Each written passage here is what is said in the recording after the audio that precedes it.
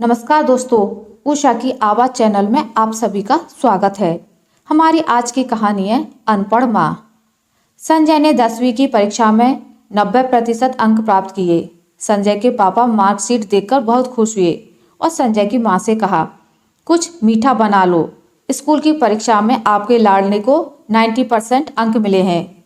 माँ किचन से दौड़ती हुई आई और खुशी खुशी बोली, मुझे भी दिखाइए, मुझे भी मेरे लाल का रिजल्ट देखना है। तभी संजय बोला, पापा मम्मी तो पढ़ना लिखना जानती नहीं है, वो तो अनपढ़ है, वह क्या समझेंगी। संजय की बात सुनकर अश्रुपूर्ण भरी आंखों को पल्लू से पोंछती हुई माँ कुछ मीठा बनाने चली गई। ये सब पिता ने देखा और कहा, हाँ बेटा, तूने बिल्कुल सही कहा। जब हमारी शादी हुई तो 3 महीने के अंदर ही तुम्हारी माँ गर्भवती हो गई। मैंने सोचा शादी के बाद कहीं घूमने नहीं गए, एक दूसरे को ठीक से समझे भी नहीं, चलो इस बार अबॉर्शन करवाकर आगे चांस लेते हैं।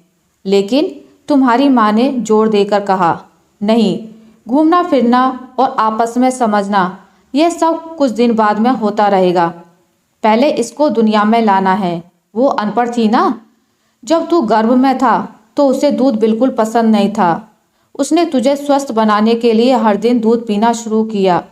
फिर तुम्हारा जन्म हुआ, तुम्हें अपना दूध पिलाया, क्योंकि वो अनपढ़ थी ना।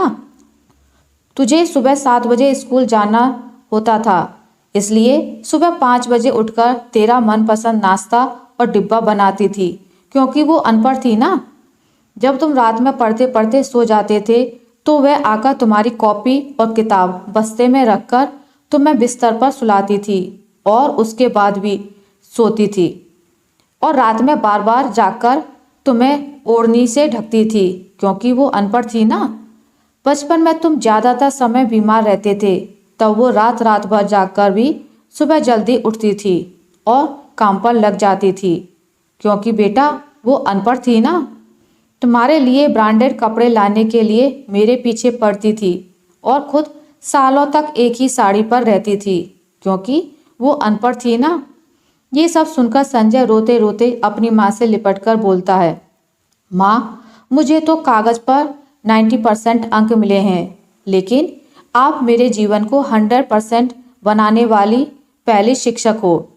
माँ, मैं आज भी अशिक्षित हूँ और आपके पास PhD के ऊपर भी उच्च डिग्री है, क्योंकि आज मैं अपनी माँ के अंदर छुपे हुए डॉक्टर, शिक्षक, वकील, ड्रेस डिजाइनर, बेस्ट कुक, इन सभी के दर्शन कर लिए हैं। माँ, मुझे क्षमा कर दीजिए। संजय के पापा बोले, बेटा, जो आपकी नज़र में पढ़े लिखे लोग हैं ना, वो सब पहले अपना स्वार्थ और मतलब देखते हैं, लेकिन आपकी माँ ने आज तक कभी अपना स्वार्थ और मतलब नहीं देखा।